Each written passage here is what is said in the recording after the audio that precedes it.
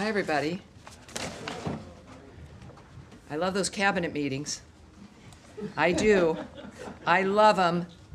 The transparency is always fabulous. Thank you for being here. I appreciate it. I see some new faces. Some of your colleagues are traveling today with the secretary. I think they're, because you don't look like Matt Lee at all, but that I've seen you before. It's all right. It's all right. Thank you all for being here. Do have, of course, a couple of announcements here as we begin. In my own voice, not AI. Not that you have some questions about that. All righty. So, of course, as we know, as we have all been following the situation in Texas, of course, the horrible catastrophe there for everyone. To begin, our hearts break following the tragedy in Texas earlier this week. President Trump did sign a major disaster declaration for Kerr County. During this time, we are moved by the many countries around the world who have expressed their condolences. We are thankful to our regional partners, including our friends and neighbors in Mexico, who generously have sent brave firefighters and members of their civil protection water rescue teams to support the search and rescue efforts in Kerrville, Texas. We tend to take each day for granted as we focus on the minutia of each day. The pain and suffering of the families who have lost their loved ones, including the children who have died or who remain missing, is beyond comprehension and shocks the soul. Everyone here at the State Department is keeping all those affected in our prayers and in our hearts. And now, today, Secretary of State Marco Rubio joined President Trump for a cabinet meeting at the White House. During the meeting, Secretary Rubio described the historic accomplishments of this administration under President Trump's leadership. We have seen unprecedented progress in advancing our national interests and in the pursuit of peace. To quote Secretary Rubio, "We prevented and ended a war between India and Pakistan. NATO is now at 5% for the first time ever, the highest numbers ever. A peace deal between the DRC and Rwanda.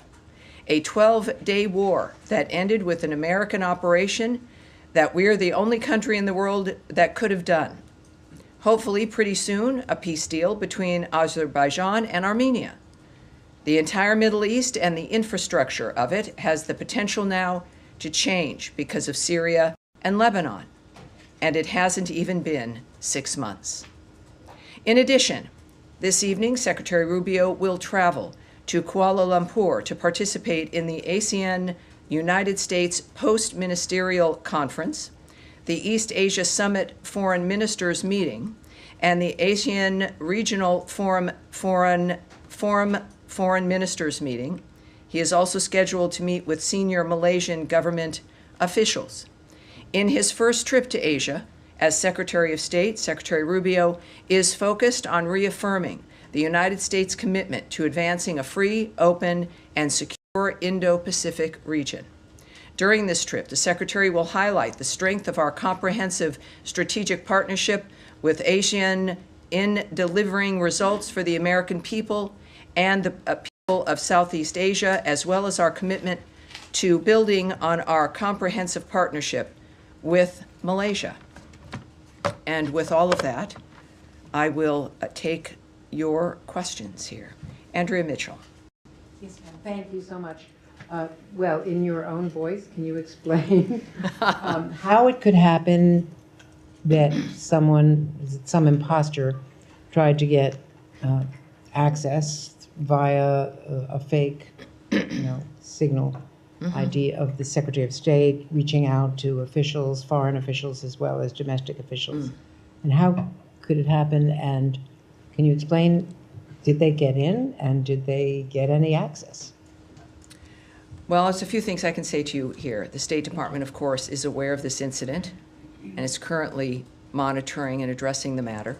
The department takes seriously its responsibility to safeguard its information and continuously takes steps to improve the department's cybersecurity posture to prevent future incidents.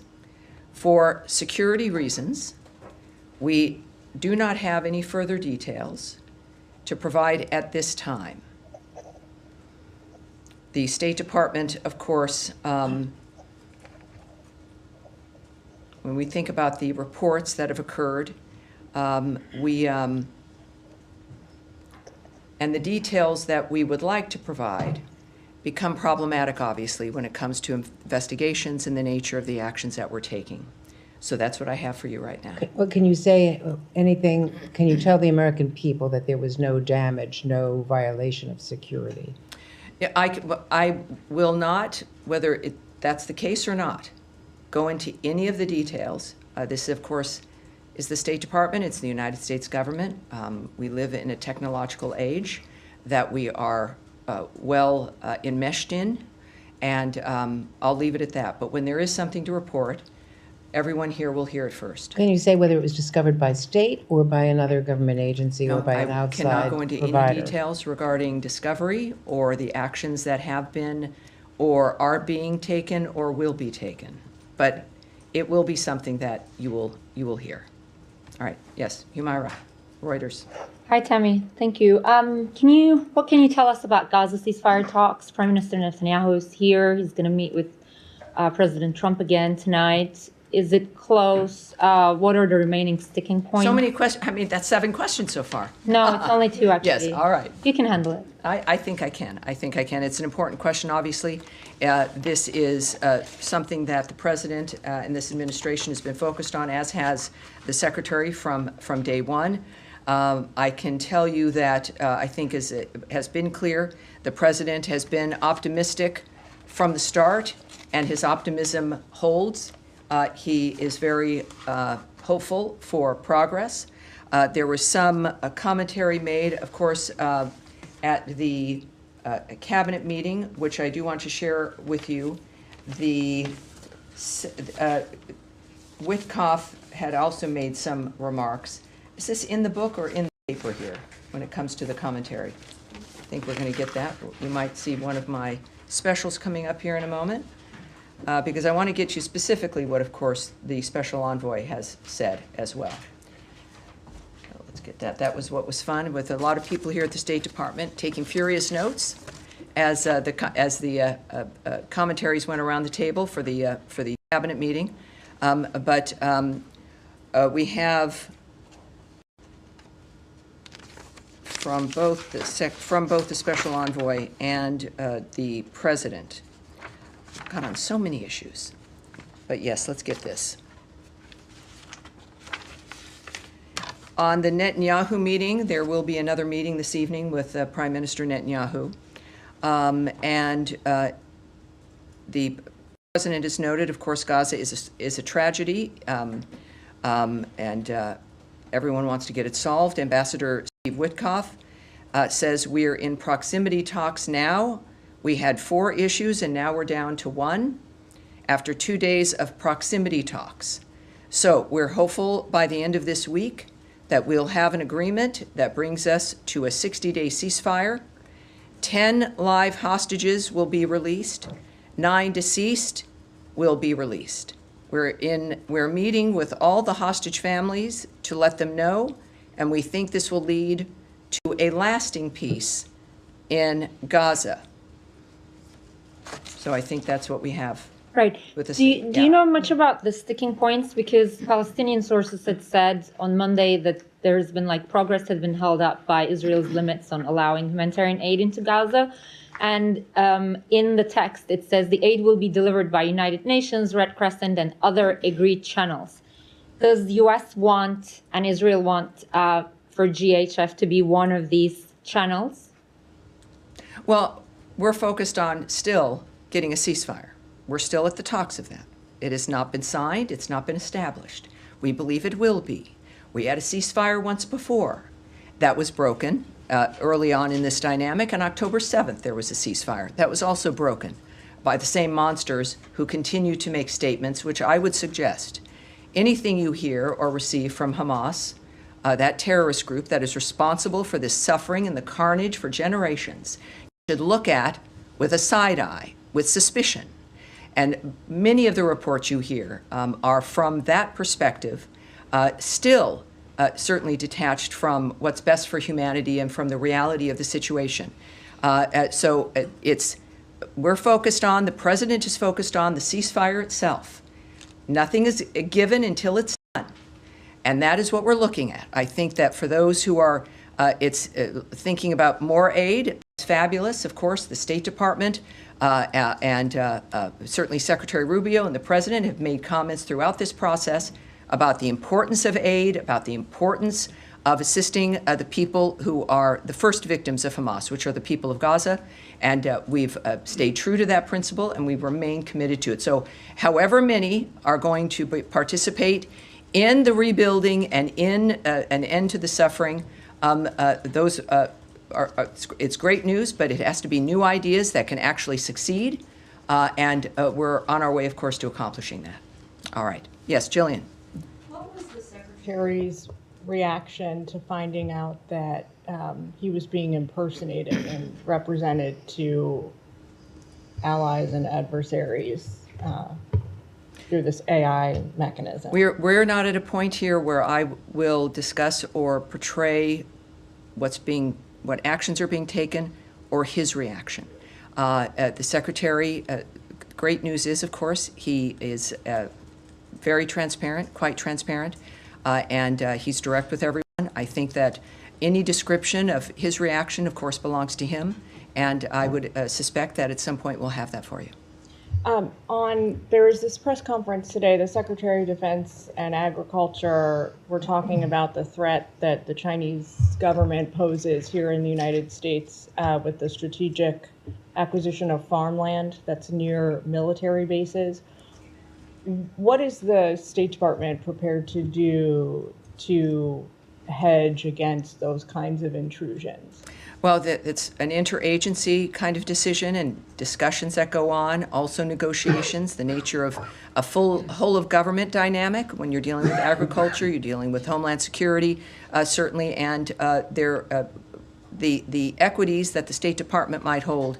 I won't discuss what our actions would be or what the specifics would be. I'm sorry, I have a lot of not answers for you today at some point, but I would say that as soon as we have some kind of action, we'll let you know, but it's not something I can remark on today. Can you talk at all about if the sort of like writ large, if the department sees this as an ongoing threat as well?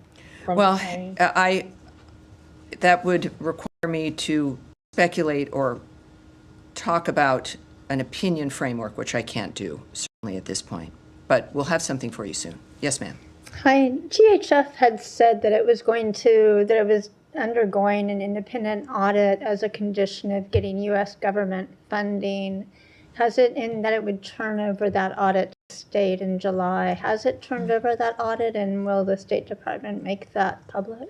Well, I can tell you that for any aid, of course, there are some requirements. In this case, there's ongoing benchmarks, et cetera. So this is something that we follow and will expect certain details, to say the least. At this point, what I can tell you is that we're looking at their track record now, which is now at 66 million meals to date at 3 distribution centers, which they hope, of course, to expand. And whatever our requirements are regarding aid, this aid and any other aid, I won't discuss here at this podium, but it certainly is a standard that is worthwhile and matters based on, as you know, we've done a huge revamp of our foreign aid framework, and it's based on making sure that what happens meets our standards, our vision for what's best for America, and our values. And at this point, it's clear that we believe GHF has the potential for that, and we're moving forward. So as soon as there's more details, we'll get that to you. On that topic, does the State Department disagree with the counts of international bodies and aid groups that hundreds of Palestinians have been killed, have been shot trying to receive the aid? And if not, what is the State Department assessment of what is Israel saying about how many, if any, Palestinians have been killed? Well, we know Israel has some investigations ongoing regarding what has transpired in a war zone. A war zone they did not want, a war zone they did not expect, a war zone created exclusively by Hamas, which now is thinking about a ceasefire and looking at it, which is nice. But this could end in a moment, as we all know, by releasing all of the hostages and by putting down their arms. They've chosen not to do that. In the meantime, in a war zone, and this is what the drama has been and why humanitarian aid has been so difficult, it's dangerous. It's a dangerous thing. People have weapons. Terrorists have weapons. They shoot people. They're holding hostages. They're maniacs. And we have endeavored to push through that, to get aid to the people of Gaza without it being stolen by Hamas, which has used it, which has weaponized it essentially, to enrich it themselves, to purchase more weapons, to build more weapons, and to terrorize local residents. They're not stealing it because they care about the lifestyle or the quality of life of the people in Gaza. If they did that, they wouldn't be a terrorist group and they wouldn't have attacked and murdered 1,200 Israelis on October 7th. So it's about getting the aid where it belongs to the people who need it without putting it into the coffers effectively of the terrorist group causing all this death and destruction. Yes, Tom. On the future of Gaza, I mean, we know you've been very clear, says the President and the Secretary, that Hamas can't be a part of that. Correct. So what is the administration's vision for the future governance of Gaza? Well, the President has made clear, Secretary has discussed as well, the fact that Hamas cannot be a part of Gaza, of any power framework. It cannot exist, is the word that the Secretary used. This, however, as the President has also stated, the future of Gaza, it should be in the hands of the Gazan people and in that region. So this is not just our vision or a dictation of what will happen. This is about the countries, our partners in the region, who have been actively working to implement the new ideas that the President has asked for. So I won't speculate on what that will look like, but if this moves as we hope it would, which is always quickly under President Trump's direction, is that we'll see that sooner than later. And one thing I can tell you is that it will not involve Hamas. But just to follow up on that, I mean, that suggests that the US doesn't have a sort of clear vision for what the best future governance is. Well, no, it suggests that there's some things that I won't exactly tell you today. But so there is a vision, but you're not setting out what it is? Well, clearly we have multiple nations dealing with an issue that has gone on for generations, where people have said that they want it to end, they want it to be solved. The results have been not good, ending up in Hamas in this kind of dystopian dynamic. And then President Trump comes back and says, I want new ideas. This can't continue. Working with all those nations in the region, hand in hand, to come up with a new idea. What that new idea will be, I can't describe, but they're not playing tiddlywinks. They're actually making, having a vision for the future of how this constructively could work. But just to clarify, does that include the possible, as the administration terms it, relocation of Palestinians from Gaza? I won't discuss the details. Because when the president was asked about this in the White House last night, his first reaction was to defer to the Israeli Prime Minister. That very question. I mean, he didn't answer it. I think that when I refer people to other agencies or to other people, it's either because it's more appropriate or because it's something that is not correct for me to speak about, or I don't have the details. When speaking about another nation's approach with something, it's appropriate to refer to that friend who's sitting there with you. President Trump has not just the desire to ask for new ideas. He asks for them because he gets them. He knows new ideas are possible. His life is a new idea. The nature of what he's accomplished politically is a new idea. He knows that if you put your mind to it and you need to accomplish something very specifically, you must determine what that will be, as opposed to being carried along by a system or a machine or the wind. So when he lives his life that way and he knows that it works, it's not always easy, but that sometimes it's the only way, if not most of the time, if you want real success and real progress, is to have the new ideas. And that's what we're waiting for, and it will not look like what's happened before. Although The other new Tom. idea. Yes, sir. Thank you, Tammy. Just going back to Gaza, can you tell us what that one remaining issue is that Special Envoy Witkoff described or referenced earlier? No, but I'm sure we'll find out, And another sort of simple question. of course. By the end of the week, does that mean by Friday, by Saturday, or by Sunday? I think generally it could be the collection of the days at the end of the week. I can't, I'm not going to specify because we know how things can happen. The president is leaving on a trip today that originally he was going to be leaving on a couple days earlier. The world happens. These are men and women who are at the forefront of deliberate change, and they're determined to be managing it. So these are the people who understand, and that's a very specific thing to say, even though it was kind of end of the week. But I would say, to clarify a little bit more, I would say probably the end of the week. Yes. Thank you, Tammy.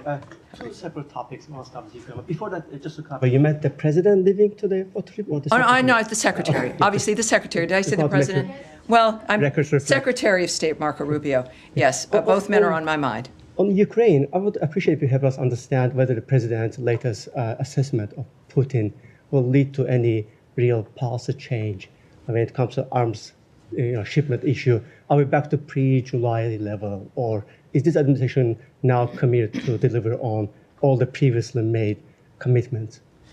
Well, I mentioned in our last briefing when there was some concern and hubbub about arms shipments stopping from the United States to Ukraine. And my warning then was, wait a minute, that this is one situation, that you should not extrapolate it as a new policy or position, that we have been and remain Ukraine's biggest supporters. We care about those people. We care about making sure that they have what they need. The president has been very vocal about the wholesale slaughter that has been going on and how it has to stop, how there has to be a ceasefire, and how it has to be between the two parties. Within that, I noted that, of course, wait, and here we do now have, besides a phone alarm, we have, of course, the resumption of weapons shipments to Ukraine. The president has been vocal about this. Without the details of exactly what, the president feels obviously very passionate and determined regarding the ability of Ukraine to defend itself. That's the commitment. And Caroline Levitt, my colleague, noted just yesterday the shipments pause was part of a standard review of all weapons and all aid the U.S. is providing all countries and all regions around the world, not just Ukraine. And a few days before that, President Zelensky noted about his phone call with President Trump. We had a very good call, I think a very strategic call. We've been helping them and will continue to help them. This is the President speaking about Zelensky. It's a pretty tough situation. So again, we've been helping them. We'll continue to help them. It's a pretty tough situation. And so that's our position. It's what it has always been. And I'm glad that there's some clarity here after Thank last you. week. I do have follow-ups, but I'll leave it for Yeah, another day. well, yeah. Second topic. Going back to your opening statement on the Secretary's speech during the cabinet Yes. meeting, he talked about Azerbaijan and Armenia. I'm just curious whether there's any active U.S. involved U.S. lead mediated process right now going on. What makes the Secretary believe that there's a happy ending there? Well, that's a good question, and we'll have some of that for you, but it was important enough, of course, for him to mention. And we're excited about the multitude of arrangements and ceasefires and changes that we've been able to be involved in. The Secretary noted that for a reason, and when we have some more details for you, I'll get it to you. Thank you. All right. Yes, sir, in the back there. Can I ask a question on Iran? The president mentioned yesterday that the Iranians have requested a meeting. Your Iranian counterpart today countered that and said there has been no request on the Iranian side. Is there a misunderstanding here? And are you still communicating via the Omanis, or are there other countries involved here? Well, I would say that I don't have a counterpart in Iran. I'll say that right now. But I would remind you that our commitment to all of these issues remains. The president has been very public in saying that he wants Iran to return to the normal collection of nations. Our commitment has been steadfast through all of these conflicts, and now is a time for Iran to take advantage of that. But we've, of course, seen them do certain things that have not been helpful, like withdrawing from the IAEA, et cetera. But President Trump is determined to have success there for the Iranian people and for the world and for the region. So I don't have details for you now about what may or could happen, but I do know that the president remains committed to a world at peace and to doing everything he can to make that possible. Yes, and yes, sir. Thank you so much. Has any meetings with Iran been scheduled yet, or are you still discussing to set up a meeting with Iranian in somewhere in Middle East or in Europe?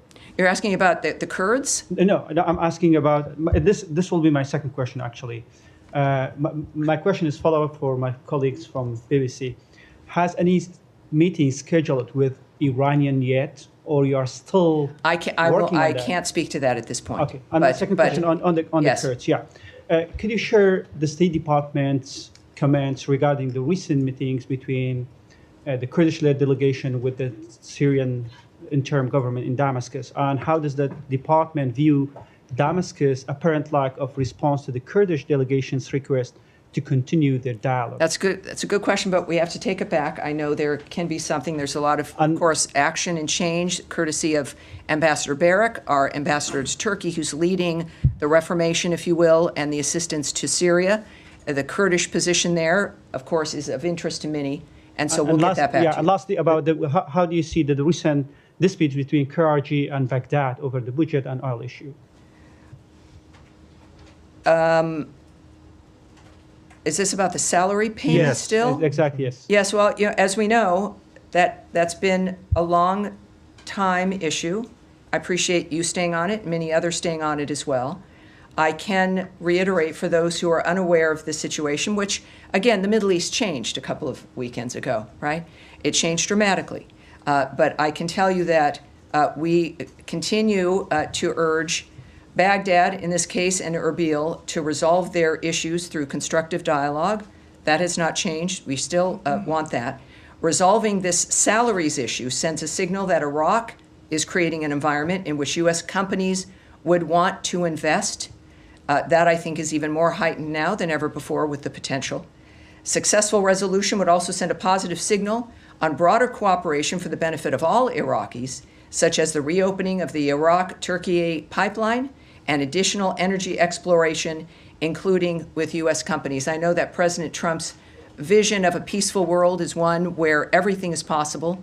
Iraq fits into that, obviously, as do the Kurdish people. Nothing is impossible, and we've got the leadership that I think can take us there. Next to... Me? Yes, sir. Thank you. As we know, after October 7, 2003, always Prime Minister Netanyahu talking about the new Middle East. And President Trump is very concerned about the stability and peace. Can you update us now, Prime Minister Netanyahu here in town, do you continue to support Israel for peace and stability in the Middle East and fight terrorism and proxies in the region? I think it's pretty obvious with the relationship between President Trump and the Prime Minister of Israel, Netanyahu, as well as the Secretary of State and his comments and his relationship as well. Our involvement in the issue of defense and supporting Israel's defense of itself, it's clear that now opportunities have opened up as terrorist death squads of the region, having been supported by Iran, remain on their heels. And it's a very exciting time. It's a time where people who perhaps felt that this was the only normal or the new normal are realizing, as people around the world are, that things can change for the better. This kind of suffering is not perpetual. It can end. And that is what I know President Trump is focused on, and why we have the friends that we have and the actions that we take, because a safer world for the United States, considering all that is asked of us, which we respond to with, I think, incredible generosity. It is our nature as a nation made up of people who wanted freedom and liberty, is that a peaceful world is the best thing for the United States and every other country. And that is our goal, and we search for that and work for that with our partners throughout the world. Ron? All right, yes, in the yellow. Ambassador Barak was in Lebanon, and he received the response, like the Lebanese response, on his proposal regarding the ceasefire between Lebanon and Israel. What do we expect after this? And publicly, he was positive regarding the response. Yes. Can you walk us through what happened? What? Well, Special Envoy Tom Barak, also again the ambassador to Turkey, is a remarkable individual. He's got an assignment that is difficult. Of course, he visited Beirut. He is not a man who pretends. And so you're seeing a public explanation or description of his attitude about what's happening. You can believe in that. He has said that he was unbelievably satisfied, as one example, with the Lebanese government's response to calls to disarm Hezbollah. Now, there is a transparency, I think, that President Trump has set for everyone that moves with him, that has aligned with him. And that's because the American people deserve transparency, that we, for too long, have not had it. And so, yes, while I won't characterize private diplomatic conversations that any of our leaders have, the fact of the matter is you can listen to their own words, you'll see and hear the honesty, and you'll be able to make your conclusions from that. Yes. Yes, sir, with the beard. Thank you. We heard Israel's Prime Minister Benjamin Netanyahu saying that U.S. and Israel are getting closer to finding countries who will take in Palestinians. Can you tell us who are these countries? Are they in the Middle East or outside of the Middle East? Well, we know that this has been through conversations and discussions, a part of the ideas that have been discussed or, I suppose, contemplated. There's a realization that, as the president has noted, as the situation became quite obvious, that was not an environment, the Gaza Strip, where one can live peacefully or safely. And in order to rebuild and to remake, people have to be safe. Where we go with those conversations, I won't discuss the end result, but we are at a point. What is this, Tuesday? We're dealing with, after everything we've experienced, think about it, in just 5 to 6 months. What has changed already? The Secretary noted that a bit in his remarks at the cabinet meeting. It's been an astounding shift, and to the future itself, not in a moment of a singular ceasefire, but changes in attitudes and what we expect. So I would say that there's a belief in general that things can change, that the people themselves are what's being considered first and foremost, and it's the regional partners, the nations in that region, who also have an overwhelming interest in the destruction and the carnage ending. And so we'll have to wait and see who is going to participate in how we make this a better future for the people of the Gaza Strip. All right, and yes, sir, go ahead. Yes, I wanted to... Tell me your name, by the way. You're in for someone? Yeah, I'm James Laporta from CBS News. Great, hi there. Hi, James. Thank you for having me. I wanted to take us back to Russia-Ukraine for a minute and something the president said. And I'll give you the quote. Quote, "We get a lot of BS thrown at us by Putin. If you want to know the truth, he's very nice to us all the time, but it turns out to be meaningless." How is the president going to negotiate a peace deal when everything that Putin says is meaningless? And to be fair, this is something that people have told the president for a while now, that what Putin largely says is meaningless. Even President Zelensky has said that, and the president has largely dismissed those concerns until recently. I would urge you to be cautious about presuming the nature of the choice that the president makes, what informs his actions. Don't project onto him that he's dismissed concerns or accepted them. I've not been involved in high-stakes peace negotiations between nations, one of which is a nuclear-powered nation with nuclear weapons. Many of these issues are dealing with nations that could obliterate people in a flash. So I'm not going to presume, and none of us should, the nature of the choices that President Trump specifically makes in his determination to save people's lives and to end the absurdity of what has happened in some of these situations. He tries. He doesn't give up. He talks with people. He knows he can persuade people. He knows Vladimir Putin. There's an effort, and he was committed and remains committed to diplomacy first. But he must know that when there's a limit to that, and he believes, as I think we all should, that people, as they're portrayed in the media, can be one thing, but also that over time people do change for the worse or for the better.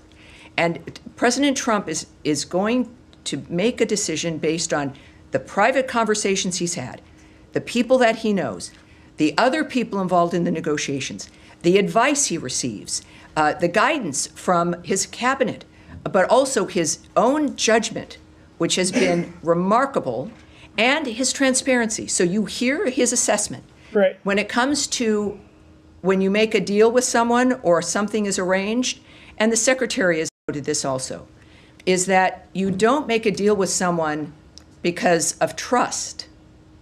You make a deal with someone based on what they do and what they don't do, ultimately in the fashion of that deal. So otherwise, with people who cause death and destruction around the world, there would never be any arrangements because there are many people you can't trust. But it's about setting a stage where people must comply with a certain dynamic or there's a price to pay. You don't need to be able to trust someone to do that. You need to be able to have an environment that someone only, frankly, like Donald Trump and the United States can set to put certain people in a line that is best for the world and their own countries. In February, One more. In February, One more. President Trump One said second, he would sir. keep his Please, word. in the back, stop, and we'll get one more, and then I'll move to you. Yes. Go. One more, sir. Sir, James, one more for you. Well, in February, the president did say, I think he'll keep his word. I've known him for a long time. I think he will. I don't believe he's going to violate his word. Well- Isn't that based on trust? Well, it is. He says that, he tells you what he's thinking, and then the whole point of negotiations and dealing with this kind of thing is based on time and actions that pass. And it's not a static decision. You don't decide that, and then that's the belief or the choice that lasts if something else occurs, or you're seeing some other behavior. We don't do that in any relationship, right? We have expectations, and then you watch and you engage, and that's the point of the engagements and the negotiations. What the president has seen, I won't comment on. I'm not going to project what the nature of how he's making his decisions. What I do know is that he gets what he wants. He's an open-minded man, but he's not naive. He is principled and clear in what he wants to achieve. That's what we're seeing. So keep that in mind as we move forward. Now, I will move to the back. Sir in the glasses, and not you in the blue shirt, in the tie, and then back to you after this. Thank you Yes. so much, Tammy. Yes. It's on the Quad meeting, actually. I was trying. Great. Okay, that was fun. I enjoyed the Quad meeting. Yes. And last week I was trying to do this. So I have so many, I'll put everything together for you to be impactful. Oh, well, thank you. At the recent Quad meeting, Indian Foreign Minister Joy Shankar said India has every right to defend itself against terrorism and expect Quad partners to understand that. Given the situation that India shares the longest border with Bangladesh, given the situation, last week, ammunition linked to the last year violent anti-government movement in Bangladesh was found in the baggage of UNIS interim government advisor Asif Mahmood at Dhaka International Airport. And under the UNIS-led interim government, last week, Sri Sri Durga Mandir, Hindu Mandir, was demolished by government bulldozer. Hindu barber was taken. All right. Now last one. We try And to what is avoid your soliloquies reaction? Thank you. or the little history lessons. I understand it's complicated, detailed, dynamic, involving India and Bangladesh. We understand that. There is, and I would send you to state.gov. I'm not being trite here in this suggestion. There are two statements regarding the Quad meeting, one from Secretary Rubio and a joint statement from all the partners that is quite extensive. And that is what we are willing to share about what happened in those meetings. So those are the purpose of the readouts. I will certainly not characterize not only the Secretary's position about the United States. I'm certainly going to characterize India's or any other nation's position or statements in what is a diplomatic meeting. But I would suggest you see that joint statement, and I think we'll be in good shape. Now, behind you in the blue shirt. Thank you, spokesperson Tammy Bruce. After President Donald Trump elected as the 47th president, in less than 6 months, we saw two major wars between India and Pakistan and Iran and Israel. And President Trump mediated both. Pakistan first nominated him for Nobel Peace Prize. Yes, they did. And now Israel. How you see this? And second, ma'am, you have been asked 2 times before. What is He's counting. Yes, okay, keep going. In Pakistan, when there were elections here in the United States, there was much enthusiasm. A former Prime Minister Imran Khan is currently in jail. What is your official take on it? Do you see it as an internal matter of Pakistan? What's the take of this administration on Imran Khan's imprisonment in Pakistan? Well, for the administration's opinion regarding Mr. Khan's situation, I would ask you to check with the White House and my colleague Caroline Leavitt on the issue of the fact that President Trump has been nominated now twice. Certainly by the latest by Prime Minister Netanyahu regarding our work for peace regarding Iran and Israel. We'll see. I think the president has made it clear that he doesn't expect ever to win something of that sort. And yet, the issue for him, the prize, is his success. The prize is the end result, and humanity will be the deciders and the judgment of the nature of what he has contributed with his life. I think that, frankly, in my opinion, transcends the Nobel Peace Prize, but he deserves every prize. He deserves this one for the Abraham Accords. He deserved it.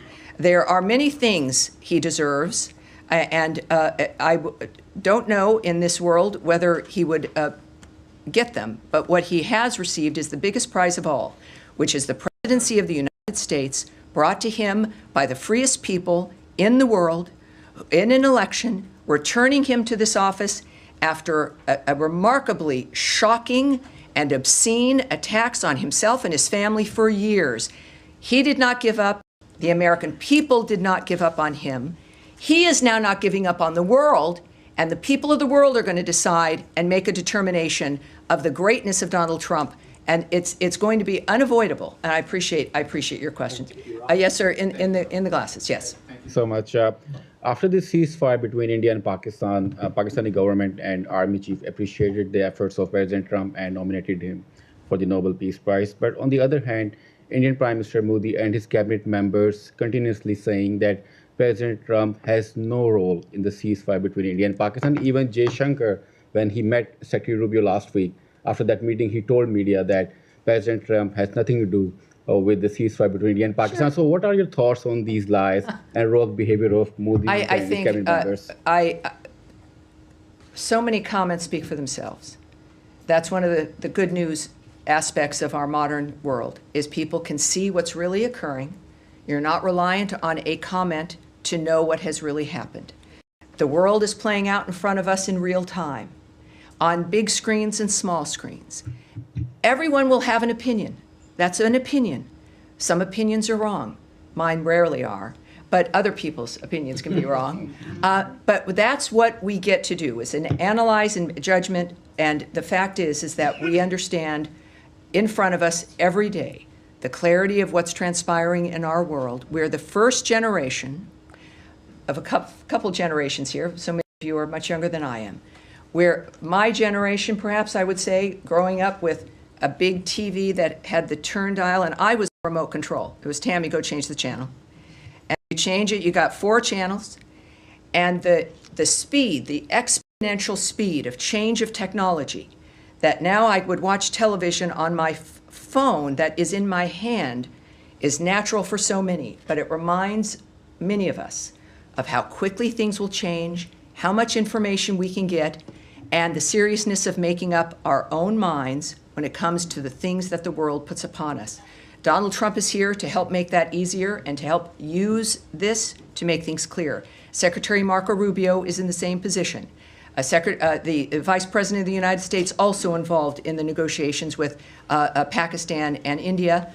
J.D. Vance, same dynamic, fresh views, new ideas, understanding the world as it sits, and making sure that it's better when they leave, and they will be recognized for that. That's it for today, you guys. I will be here all week, and I will see you on Thursday. We will get, with many things up in the air, we will keep an eye on state.gov and releases that I put out, and also the President's Truth Social, the Secretary of State's X account. Andrea, what is your X account? You've got an X account. Do you keep in touch with Andrea Mitchell? What's your X account? She's not going to say it. All right, you can look her up. And what am I at? State DEPT Spox, SPOX. Stay in touch. Watch everything. Make up your own mind. And I'll see you on Thursday. Thank you, everyone.